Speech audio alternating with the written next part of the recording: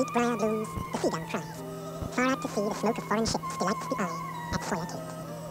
It was late in June, the rainy season, so most of Japan was dripping and grey. But Hokkaido, the northernmost of Japan's four main islands, was crackling under a heat wave. The sea did not roar or even mutter. It was still and blinding.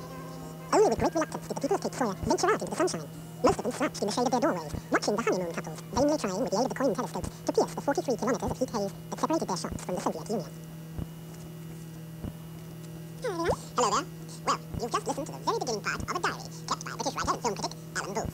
And he made a remarkable long journey throughout Japan on foot. And you're going to hear more episodes from his diary today.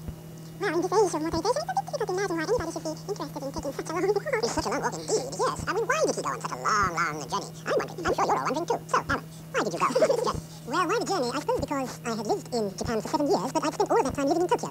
And although I had travelled quite often through different parts of the Japanese countryside, my outlook on the country was governed by living and working in Tokyo. And so I wanted to take a chunk of time, 4 months as it happened, and try in that time to see as many different parts of Japan, especially the wilder parts of Japan, as I could. Yes, but then, why did you have to walk? Yes, the simple answer, because I like walking, as you can probably see from the state of these boots. Those are the famous boots. The very famous boots. I'll auction them when the program's over. But you can see from the state of the soles and heels of them that I certainly do like walking.